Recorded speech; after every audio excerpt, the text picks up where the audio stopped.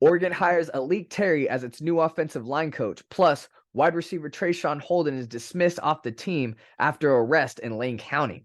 I'm your host, Dominic Peterson. This is the Duck Zone 503 podcast where we talk all things Oregon football. Whether it's your first time viewing, long time viewing, welcome on into the podcast. Kindly ask that you guys go ahead and hit that like and subscribe button down below. And most importantly, guys, telling your friends and family word of mouth about the podcast is how we grow the fastest. Really, really appreciate everybody who's locked in, subscribed, follow the social medias at Duck Zone 503 as well. Really appreciate everybody. So, big news, guys. It was Valentine's Day over the last Tuesday here, and on Monday and Tuesday, it was a little 2-day trip for me, a little 2-day vacation for me and my girl to get out, guys. Work-life balance is very important in life. I always like to announce that to my friends. You know, a lot of people work hard in this life, no doubt, especially with how the economy is going, you know. Not to get political or anything, but it is tough out here. It's very expensive, especially out here on the West Coast. So a lot of people got to get to work and make that money, right? But it's always important to get away, go relax, and that's exactly what me and my girl did. We went on the cabin to Mount Hood. It was beautiful, snowy out there. If you guys aren't familiar, for some of you guys are watching who aren't from Oregon or out here in near Portland area. Man, it's absolutely beautiful out there on Mount Hood Government Camp, Rhododendron area. Me and my girl go ahead and rent an Airbnb out there for a good 2 days, and work-life balance. I needed that for sure. I mean, putting out these updates, guys, and always talking to athletes and always on my phone and laptop and editing. And I'm a one-man army here on Duck Zone, so it's tough. It's tough. It can get a workload. So it's always nice to get out, get away. And what do you know? As I'm away, right? As I'm away, just relaxing, all this breaking news comes rolling in. I did my best. There was Wi-Fi out there in the cabin to get the updates, the special updates like Alik Terry getting hired on, Traeshon Holden, whole situation, and wasn't able to get directly on the podcast as quick as possible for you guys. But I'm here now, here to give my thoughts as requested for many of you. And a lot of you guys were asking about Alik Terry in my DM. I was getting blown up, and feels good to finally get on here and let my thoughts out and cover Alik Terry, who he is, and then also give my thoughts about the whole Traeshon Holden deal and the wide receiver room as a whole. So let's go ahead and get into it, guys. So Oregon has announced that Minnesota Viking assistant defensive line coach Alik Terry will be hired on as its next offensive line coach. Terry will be taking over for Adrian Clem, who left Eugene to join the New England Patriots coaching staff as their new offensive line coach over there. Like I said, guys, whenever you get an opportunity to, take that step up to the NFL or get a promotion like a head coach that we've seen with Kenny Dillingham, that is excellent, especially, it's an attractive place for young and upcoming coaches like Dan Lanning to come here and do big things here at Oregon. You could do big things. It's proven. A lot of these coaches like Chip Kelly, Chip Kelly, Mario Cristobal. Now you got Dan Lanning, all 10 wins in their first couple seasons at Oregon. I mean, that's big. I mean, or to just have coaches come in and put up 10-win seasons, that's big. Okay. Now I get it. Oregon's never won a national championship, but Oregon is building a consistent winning program and getting there and starting to compete with Blue Bloods. I mean, just a couple years ago, they won on the road against Ohio State, and it's been big, and Oregon's been building toward this. And they're getting the recruiting classes. They're stacking top 10, top 5 recruiting classes. They're getting there, and it's been big. So Alik Terry, he'll take over a position group that was a major, major strength for Oregon last year. I mean, the Ducks ranked first among all teams with just 5 total sacks allowed in 13 games. First in all of college football. 5 sacks allowed in 13 games, guys. I'm going to say that again. 5 sacks allowed in 13 games. Now, let me tell you, some teams allow 5 sacks in one game if you have a really bad offensive line. Oregon allowed, I think it was 1 sack through 8 games, and then they allowed a couple more through the last 4 games there.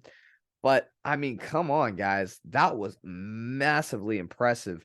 And for them to come in the 2022 season, a lot of them returned after a following 2021 season that was really good for them as well up front. And it was good. This was a projected strength for Oregon coming in, and it certainly was a projected strength. But I don't think anybody really thought, to be honest with you, I don't think anybody really thought that this offensive line was going to be this good. Let me be real. I mean, I knew these guys were going to be a good squad together coming into the preseason, but man, oh man, 5 sacks in 13 games. I don't know if anybody actually projected that. And there's some good offensive lines out there in college football.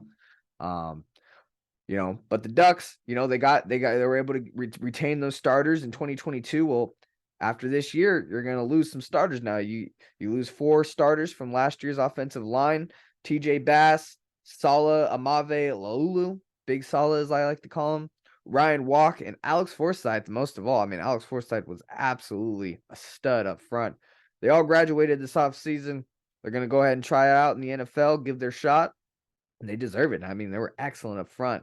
And I think this has to do with the culture a little bit that, to be honest, I know nobody wants to talk about it, but Mario Cristobal and Alex Mirabal, those are some of the best offensive line coaches you can have in college football, no doubt. And those guys are great at developing. I mean, Mario Cristobal won a national championship in Miami playing offensive line. He knows the game in and out. Alex Mirabal has always been a great coach, great developmental coach. And you see the guys from 2019, Shane Lemieux, guys like from that when Oregon played Auburn in 2019, those guys up front, those guys were absolutely great as well. But you could argue the guys that allowed 5 sacks this past season up front, TJ Bass, Big Sol, Ryan Walk, the guys I just announced, those guys were the backups of that 2019 team. So they got to develop under that squad of that 2019 team, all those guys that's in the NFL, Shane Lemieux, all of them. And then you plug these guys in, everybody's kind of worried, oh no, and now I get it, they did have to develop a little bit in 2020. They were not the best offensive line in 2020 at all. They needed a developmental year. But you've seen the way they progressed. And a lot of people were kind of worried about how would this offensive line develop under a different coaching staff that's not Mario Cristobal, because Mario Cristobal is here for a few recruiting cycles and really developed the offensive line good. I mean, every year it feels like Oregon up front was really solid. And this year, Dan Lanning and that staff, Adrian Clem, shout out Adrian Clem, really put it together with these guys, man. And they really performed really well. Now, the Ducks will have a couple returning starters coming back. Marcus Harper was a guy that got a lot of play time. Stephen Jones heading into 2023. Now, Stephen Jones announced he would return for one more year after missing the majority of the 2022 season due to injury. And there's lots to be excited about as well. Ducks have big expectations for 5-star Josh Connolly. Okay, he was the number 1 ranked offensive tackle in the 2022 recruiting class. Could possibly very well step into a starting role this year. And I have absolute the most positivity for the offensive line group. Just because you had such solid guys up front that got a lot of the play time, that you're going to have guys like Josh Connolly, guys like Marcus Harper who played really well. These guys are going to develop into stars up front. And you're also able to land Rhode Island transfer Johnny Cornelius, okay, the number 1 offensive tackle in the transfer portal in the last cycle. And I know there was some flack with Adrian Clem, the way he recruited. He missed out on a few big-time offensive linemen like Caden Proctor. But look what you can do in nowadays college football. You miss out on a guy over here, well, I'll just go into the transfer portal and get somebody even more proven, to be honest with you. I would get somebody even more proven that's in the transfer portal that's done it for a few years. Now, given he's from Rhode Island, he's going to be a step up in league play now. But still, this guy was the number 1 rated offensive tackle in the transfer portal. You go ahead and get that. That's a major win. That's basically like landing another 5-star, in my opinion. Although I don't do the rankings, you know that. But man, Alik Terry, although he'll have a lot to work to do, a lot of new guys stepping in, a lot of guys that have left. This is no different from when those 2019 guys left, and now we're seeing some new guys going to be able to step in. And we got Marcus Harper, Josh Connolly, Johnny Cornelius, the guy, the Texas transfer. I'm missing his name off the top of my head right now, but you guys know who I'm talking about. He's an offensive lineman, Texas transfer.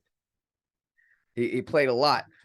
Off the tip of my tongue right now, but you guys know who I'm saying, man. The Texas transfer that came in, he played a lot. He's coming off an injury now, but played a lot of football out there in Texas, a proven starter. So these guys, Oregon has got guys up front that can play ball, no doubt. I don't know if they'll be as good as last year, but they're just fine. Adrian Clem, I know it seemed there was a confusion with Dan Lanning and what he told the media. It could be on purpose, who knows? Could be actual confusion between communication between those two coaches.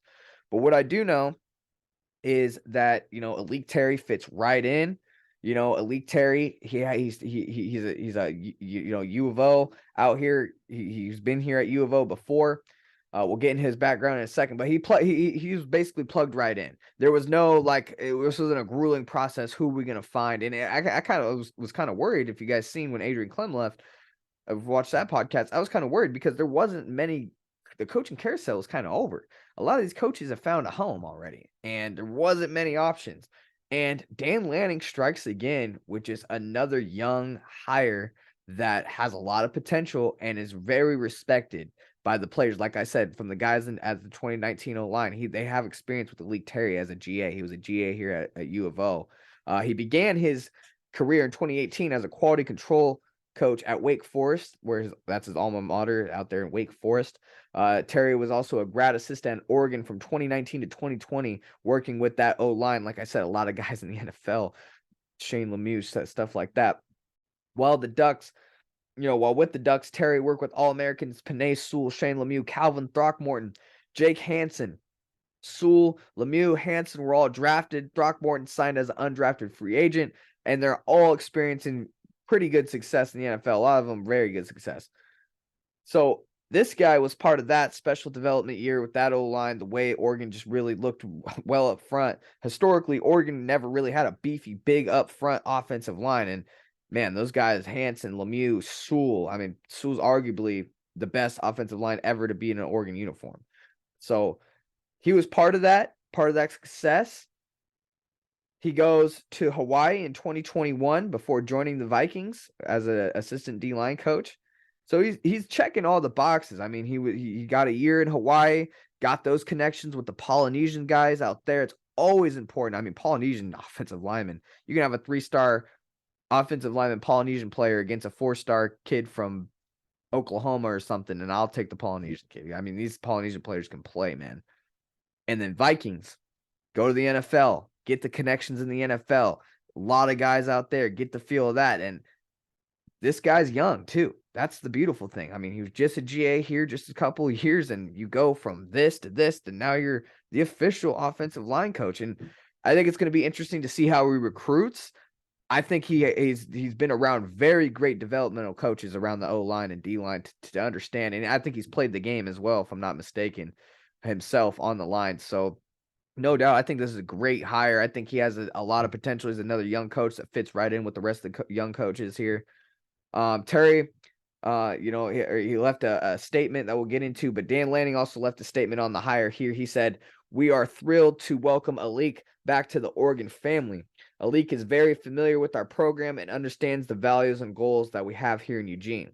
He is passionate with unique experiences that range from the college ranks all the way to the NFL as a coach. He also has experience as a player, competing at the Power 5 level on the offensive line. So, like I said, he's a player's coach. He played the game. He knows how to connect with players. He's young.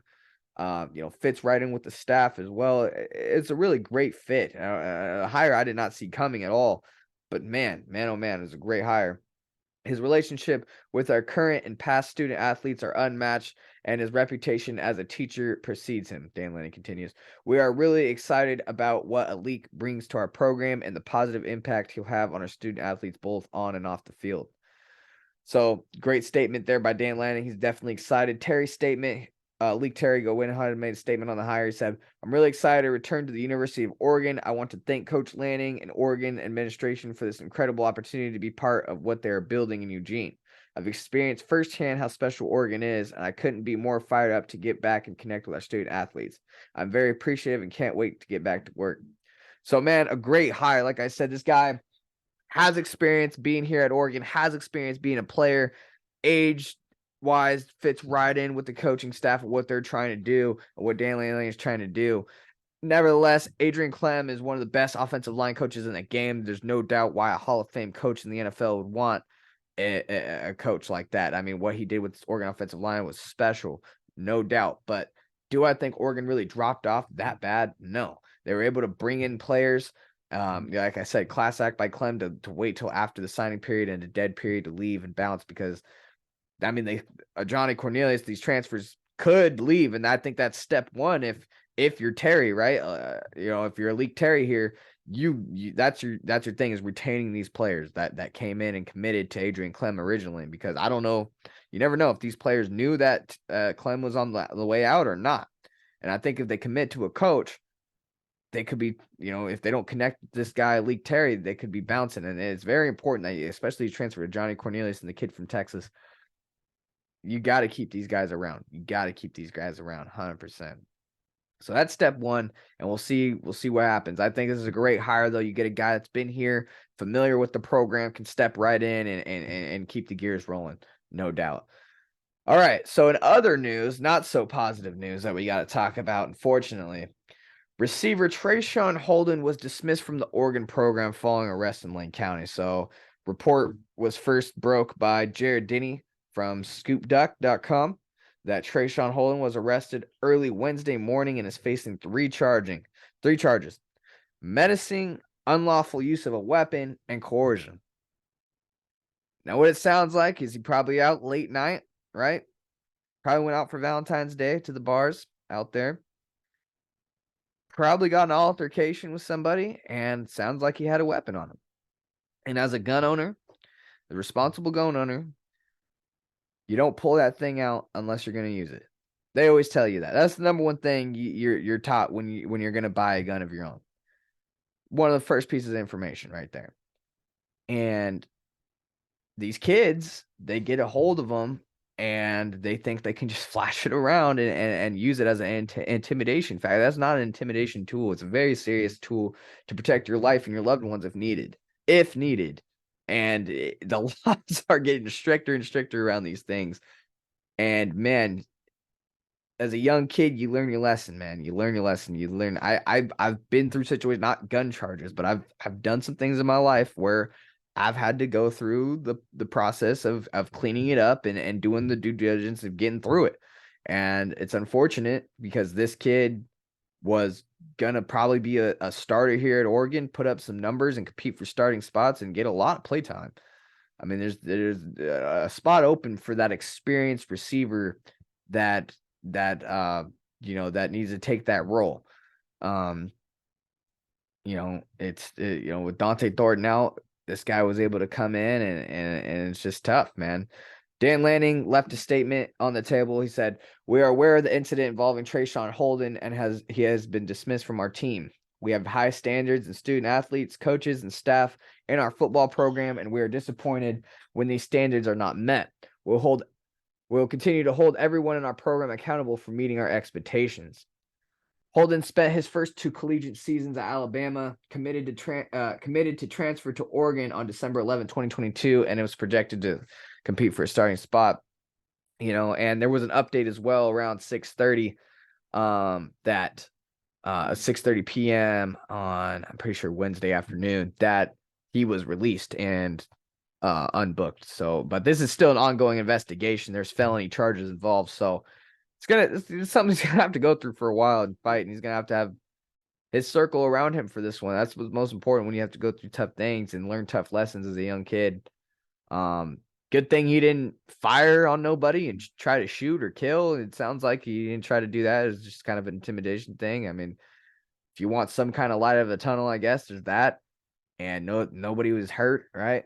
Everything was pretty under control. It's just things need to get worked out now. Lessons need to be learned, and it's just tough, man. When you got a kid who's got everything in front of him, NIL deals, whatever you want to say. I mean, especially in today's college football, these kids are getting just luxury lives handed to them if you're a top athlete and you're coming from Alabama, one of the best schools in the country. And what are you doing, man? Like, what are you doing? Like, go have fun. But like I said, be safe, man. Be smart. And I'm not saying don't strap up. I mean, I think the Second Amendment, without getting political, is a great thing. I think if everybody was strapped up, it would be more safe. That's just my take on it. I get everybody has their own opinion, but I think if the more people that are the more responsible people that are strapped up, that's a more safe community, just in my opinion. But you can't be irresponsible. Okay, you gotta understand what you're using and understand that as a tool for killing. Okay, it is for killing if needed. It's just not smart. But never the doubt, he's gonna learn his lessons. Unfortunate that we're not gonna see Traeshon Holden suit up in a Duck uniform. I was really excited to watch what he can do here. Electric player, no doubt. Maybe he'll get an opportunity in the future once this gets by.